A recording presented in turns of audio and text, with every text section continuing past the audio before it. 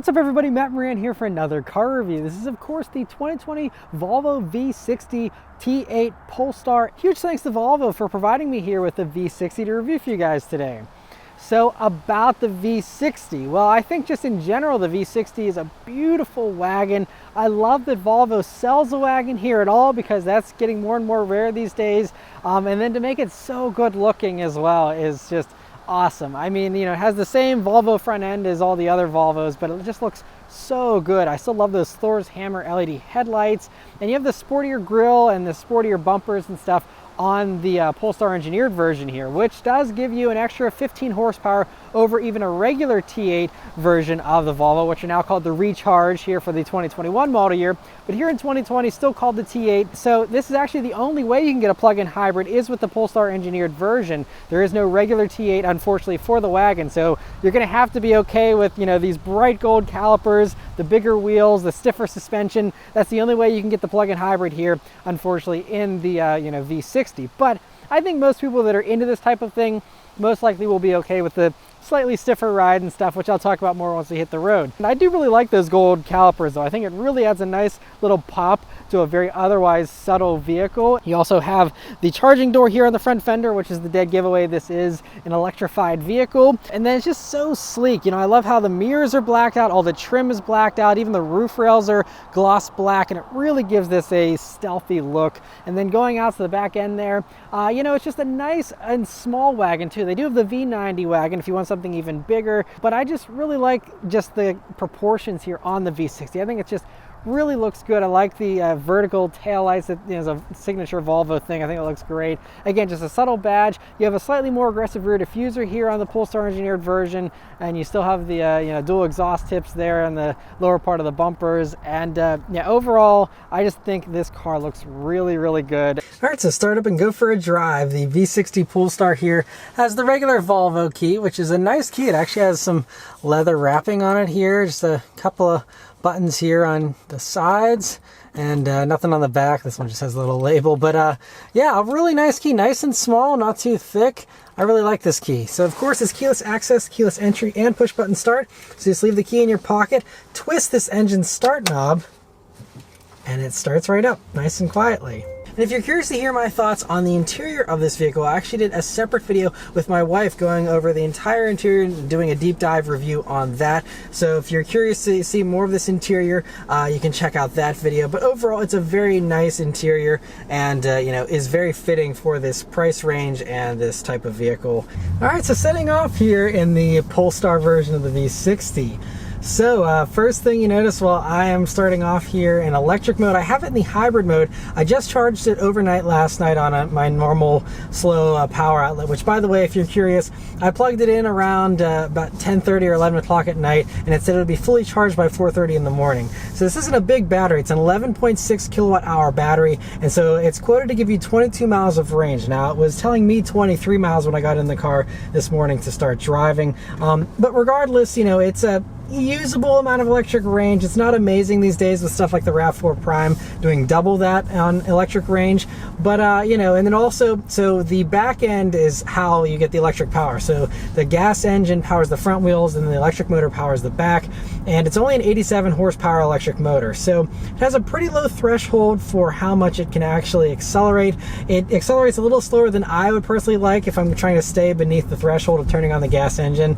So it's not super powerful, but if you're willing to take your time, you're not in a hurry, you can do all of your driving electrically up until, you know, 22 miles of driving. But anyway, other things about the V60 here. I'll talk more about the hybrid stuff in a minute, but visibility is excellent here. So, you know, they do a really good job. Obviously, Volvo is all about safety. And so because of that, you know, you can see very well out of the V60. You know, you have somewhat thick A-pillars, but they're not too bad. And you can still see very well because the dashboard drops down nicely. Nice large side mirrors, and view out of the back is also all really good.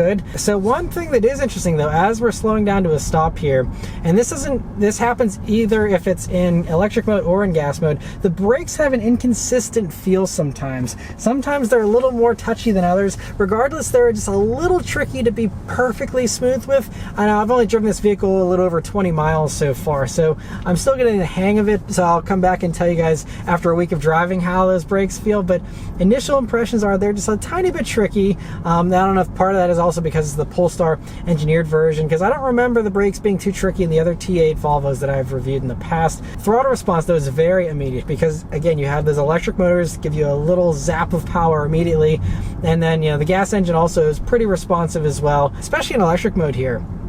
Listen to how quiet it is. I mean, you don't hear, and it's actually a fairly windy day. I hear no wind noise, I hear no road noise, no tire noise. This car is running summer tires, but they're Grand Touring summer tires, so not too aggressive. It is just remarkable how quiet it is in here. Like, it is library quiet. It's really impressive. And so that's where, your money goes to with these Volvo plug-in hybrids is, especially whenever you're in electric mode, it's just so much quieter and more refined than, all the non-hybrid luxury stuff out there. And it's just a really nice thing. And on a smooth road, the ride is actually pretty nice as well. But I'm going to go ahead and put it into the Polestar engineered mode, which automatically kicks on the gas engine. But let's turn down onto this back road here and see how it does. And here we go. Okay, a little bit of a delay. Okay, and it's wasn't super punchy, so I'm not sure if there was some kind of disconnect there. The gas engine hasn't been on much, so maybe it needed to warm up the gas engine or something before it gave me the max power, because that was not very quick. So this vehicle does run a 2-liter 4-cylinder turbocharged and supercharged engine, and in this application with the Polestar version, it does 415 horsepower and 494 pound-feet of torque. And so 0 to 60 is 4.4 seconds is the claim. I think that's what Car and Driver got as well. And so it's a very punchy if it's working together, but for some reason it was not giving me the acceleration I was looking for. So we will try that out again here in a minute or two, see if the gas engine can kind of warm up, and maybe that's what we need to do, the fast acceleration. We'll have to see. But other things, so now we're on a main road here, and even with the gas engine on, it still is really quiet and very responsive. And you can kind of hear that supercharger whine a little bit too, which is awesome. It's actually funny. You can hear the supercharger more in this than you can in the new Shelby GT500 that I just reviewed. But do another acceleration, see if we can get anything out of it this time. Here we go. There we go. All right. So now it's pulling a little bit harder, but it still is only shifting at like 4,500 RPMs. So we'll give that a little bit more time to warm up. Other things though, performance-wise. So it runs an 8-speed automatic transmission, and that's hooked up to the gas engine. Like I said, the electric motor is doing its own thing in the back there. But let's see how the handling is while we wait for the engine to warm up. Coming up some tight corners here, see how this handling is. All right, wow, really turns in nicely. And whenever I kind of dipped into the gas a little bit there as I was mid-corner, and it really gives you this like torque vectoring sensation.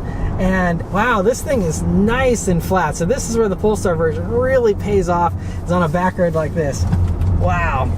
It is really impressive, and it's pretty neutral. I think as I was reaching the limits, it started to feel a little understeery, but it honestly was doing a really good job. I'm impressed. So, this has these 235 wide Continental contact tires all around. They are summer tires, but again, Grand Touring summer tires, nothing too racy. But the fact they're summer tires certainly helps give us a little bit better grip, I'm sure. Brakes do have a nice solid feeling whenever you are getting on them a little bit more aggressively, but again, there still is this like vague feeling where they don't feel 100% predictable. Like, they're strong, but the catch point seems to be slightly different every time I dip into them, which is a little unsettling whenever you really are pushing it and stuff. And I mean, turn-in is nice and quick too. I'm kind of surprised, even in the Polestar mode here, the steering isn't too heavy or anything.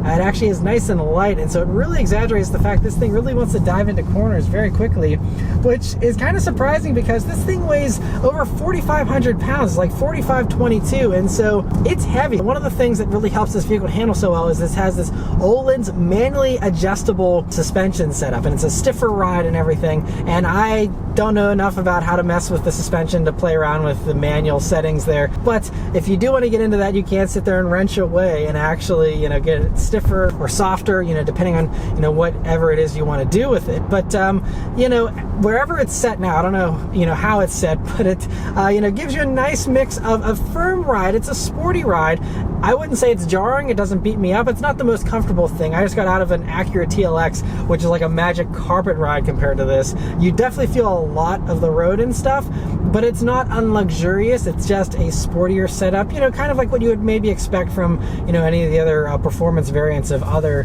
models out there from other competing vehicles. All right, so let's see if it's, you know, punchier if I floor it here up at some speed. Okay. All right, so yeah, now I think that's where it feels punchier, but it disguises the speed so much, and it doesn't seem like it's going to its, you know, 6,500 RPM red line still, but it definitely, I mean, I was looking at the speed just climbing quickly, and so I guess it just does a really good job of hiding it, but it definitely didn't feel that fast on my first go around there. Let's try it again from a stop this time. All right. There we go. All right, so now it's giving it to me. So maybe it just needed to warm up the engine a little bit. I understand if that's the case. You don't want to be redlining a cold engine. So maybe that's, you know, what was going on there. Because now it feels punchier. Yeah, this thing is strong. But man, these brakes, I wish that they were grabbier. Because again, whenever I'm getting up to speed really quickly and then I'm going to quickly slow back down, they're not quite as aggressive with how much they grab, you know, compared to some of the other sportier, you know, luxury sports sedans and stuff out there that all have much more reassuring brakes. You do have bigger brakes here on the Polestar version, so maybe that is part of it. I'm not sure. But the whole thing feels very competent, aside from, again, the brakes being a little iffy off and on.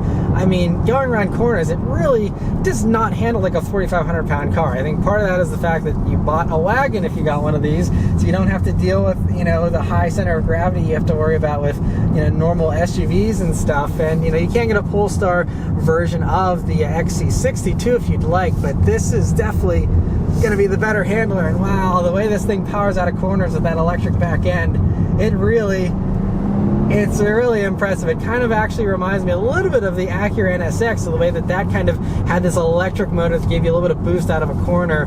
It's a really fun experience, and having it here in a practical wagon is awesome as well. But anyway, yeah, see, brakes are still a little inconsistent, but man, this thing, it is impressive. Wow, I love the way this thing handles. Oh man, yeah, I will take the slightly firmer ride for this handling. I mean, there's no body roll, there's really no lean. I mean, it is just so dynamic. Wow, wow, wow. All right. Man. But I'm gonna try another little launch here. I'm gonna come to a complete stop and see how that feels. Here we go. All right. Yeah, now it's taken off, and I think I could kind of feel a little bit, because it felt like the front wheels were almost trying to spin, and then, you know, you have the back end, of course, providing 87 horsepower, but you have the lion's share still coming from the front, and I feel like it kind of gave it an interesting little sensation there for a split second. But yeah, it's pretty punchy. I was expecting it to feel more Tesla-like. I know it's only an 87 horsepower electric motor, but I was expecting a little bit more of a jolt from the electric powertrain than it actually does, unfortunately. So if I play around with the paddles, it will sometimes give me an upshift, but whenever I'm full throttle, it will not short shift for some reason, and it like just ignores my upshift request and just decides to go redline. But, you know, downshifts, fairly responsive. A little slow though. Yeah, it still has a mind of its own, so takes away from the sporting character a little bit whenever you can't actually have control over your shifts. But anyway, now just chilling out and cruising on the highway here. I'm back in the normal hybrid mode, and it's doing all the driving electrically now, and I also have the pilot assist on, which does take over the steering. Now you still have to have your hands on the wheel and pay attention, but the Volvo system is really one of the best out there in my opinion, so that I can actually trust it to steer well and to not scare me, because I've used the system several times. I tried it out in the XC90 for a week, and I also tried it out in a V60 cross country as well as an S60 last year, so I have a good amount of experience with this system, and it is still one of my favorite systems because, again, I don't have to worry about it. It's always safe feeling, it's always predictable, and it does a really good job of steering so that I don't have to be constantly intervening. It just handles corners really well, which is something that can't be said for a lot of the other systems, and a lot of the other systems from competing manufacturers also have a hard time tracking the road lines, and the Volvo system, I never have it struggle to find road lines. It seems to always do a really good job of keeping track of them, even in challenging conditions. It does a really good job with that. Also, while I'm out on the highway here, road noise is still pretty subdued and appropriate for a luxury vehicle. Even with, you know, noisy vehicles passing you and stuff, it still isn't too loud in here. And the suspension, whenever you're on a fairly well-kept highway like this one is, it just, you know, feels pretty smooth still. I don't have any complaints with the ride, really. Again, unless you're used to something super soft, and this is going to be a little firmer and a little sportier, but I think most people that are into this type of a vehicle are probably going to be okay with the ride. And again, you can go in there and manually adjust it to probably make it a little bit softer if you'd like. But anyway, thanks to Volvo, I'm going to have the V60 T8 Polestar here for the next week. So I'm going to drive around all over the place. I'll continue to test how this vehicle drives, how the ride is, how the safety tech works. And I'll also come back and give you guys my real world fuel economy, as well as you know, my thoughts on the pricing here of the T8 version of the V60, which is definitely a steep price. So we'll talk more about that in a little bit. Alright, so I've been driving the V60 Polestar here for a week now, and it's a really great thing to live with. I really like living with plug-in hybrids because it's just kind of fun to maximize your efficiency and try and see how good of a fuel economy figure you can get. And so I did only plug it in that one time to have the full charge for the acceleration, all that kind of stuff. And then once the battery was gone with its, you know, 22 miles of range, then that was it. I didn't plug it in anymore. But keeping that in mind, my final fuel economy here over 140 miles of driving was 25.2 mpg. So these are rated at 28 in the city, 33 on the highway, and 30 combined for, again, just driving it in the normal hybrid mode. You can get up to 69 mpg-e if you do plug it in every night and, you know, use the electric range every single day. You can get much better fuel economy. So this is kind of a worst case scenario of fuel economy for this vehicle. I wasn't really pushing it a whole lot though, aside from the accelerations you saw earlier in the video. You know, I was just driving this around, you know, for my normal errands and things like that. I did do a little bit of highway driving, but getting back to that 25 mpg figure, so that is a little bit lower than I was expecting, because typically with any vehicle that I review on these same roads doing the same type of driving, I generally get like 2 mpg less than the city rating, which would have still at least put me at 26. So I'm 3 full mpg less in a hybrid vehicle that I thought, you know, would be closer to getting that city number, because I do a lot of stop and go driving where hybrids thrive, and sadly it just didn't do great. Now I just, you know, will have to reiterate, you gotta use that electric range if you want to actually have this thing be very fuel efficient. Otherwise, you're not going to get any better fuel economy than you get in the T5 versions of the V60 here. Speaking of the T5 version, it's kind of interesting the way Volvo has set up their options. So looking at the configurator for the 2021 model year in the V60 in America here, all you can get is this Polestar version, or you can get a front-wheel drive T5. That is it. The T6 engine isn't available, the regular T8 isn't available, even all-wheel drive isn't available, aside from getting this Polestar version, which is really unfortunate if you're a wagon fan that doesn't want a lifted wagon. If you are okay with a lifted wagon, I just reviewed the V60 Cross Country earlier this year, and so that does give you the all-wheel drive, but that also is only available with the T5 powertrain. So it's kind of a bummer that, you know, the S60, the sedan, is the only way you get the full range of engines and front-wheel drive and all-wheel drive available on all those trims, and I really wish that you'd have that available, you know, here in the V60, since it's essentially the same car, just the wagon version. So as it sits, if you want all-wheel drive in your V60 without the cross-country package, then you're going to be looking at getting a Polestar, and the Polestars are not cheap. That's the one other thing I want to mention here, is the pricing in this model. So there's really no options for these because they do come basically fully loaded, just one trim and that's it.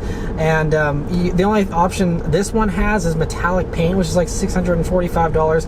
But anyway, this one is just under $69,000, and that is a tough price to justify. I mean, yes, how many other plug-in hybrid, you know, almost 500 pound-feet of torque wagons are out there these days that aren't lifted? I mean, you're really in a very small niche of vehicles. You know, there's hardly any other wagons aside from the insane stuff, you know, you get with the E63 wagon and, you know, the Audi RS6, but all of those are way more expensive than even this. So this is a nice happy medium, and I'm glad there is a sporty wagon for people who don't want to spend $100,000.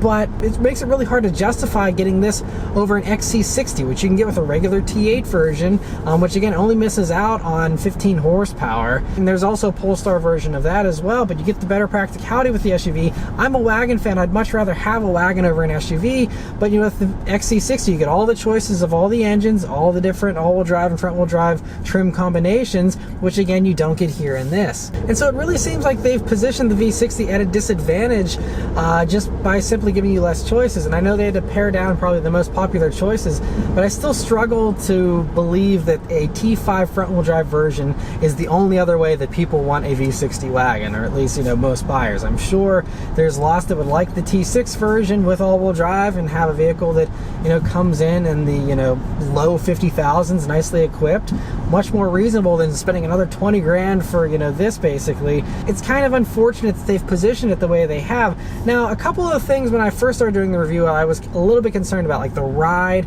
I thought might be a little bit too stiff. It's not even sports car stiff in here, I don't think. It certainly is reasonable, so I don't think that you should be scared away by the Polestar stuff. If the pricing doesn't scare you away, I wouldn't be scared by the stiffer suspension.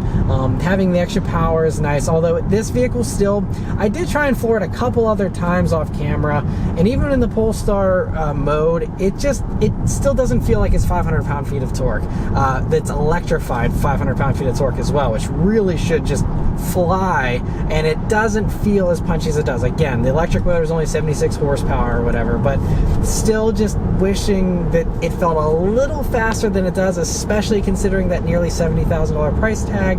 But again, what other sporty wagons give you 22 miles of electric range? None of them. So it's either you like this combo, and if you do, this is the only game in town. If you don't like it, obviously your choices are pretty widespread elsewhere as far as what you want. But I also do wish that there was better electric range here. I know Volvo, they were one of the first to do plug-in hybrids basically across their entire lineup here in the States, and I really respect them for that. But I wish that they would evolve the battery packs, put bigger battery packs in, improve the electric range, improve the electric punch. Because now, like even the RAV4 Prime from Toyota that I reviewed this summer, that has way more electric horsepower. You can actually drive 100% in electric mode at full throttle, merge onto the highway, have totally sufficient power, and that thing has 40 miles of electric range. And a RAV4 with all of that tech is, maxed out in the mid $40,000 range.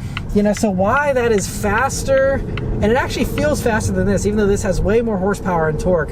If you floor this, then you floor a RAV4 Prime. The RAV4 Prime feels faster, which is crazy, I know, because the RAV4 Prime is only 300 horsepower, but it really does feel faster. And so you're getting, even in a Toyota, you get double the electric range and, good bit of electric punch for 20 grand less than this again. So that's why this is, even for those that love plug-in hybrids, this might be a little bit of a tough sell. So I really struggle. I want to love this vehicle so much, and it is very, very impressive. I like it a lot. Definitely test drive one. Maybe there's something up with this one as to why it doesn't feel as fast as maybe it should. I don't know. But overall, I still really like the V60 here, and I would recommend checking one out if you're into something like this and you can afford it.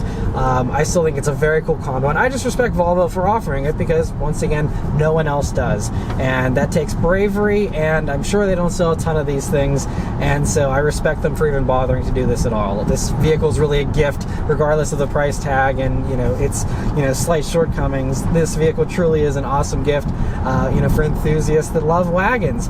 But anyway, that's about all my thoughts here on the V60. So let me know your thoughts on it in the comments below. Be sure to check out my reviews on the V60 Cross Country and my reviews on the S60 if you're curious to see what slightly different variants of this same platform are like with bigger engines. I reviewed the T6 S60, and then I did the Cross Country T5. So you want to see what slower versions of this are like, definitely check that out. But anyway, thank you guys very much for watching. Let me know your thoughts on this in the comments below.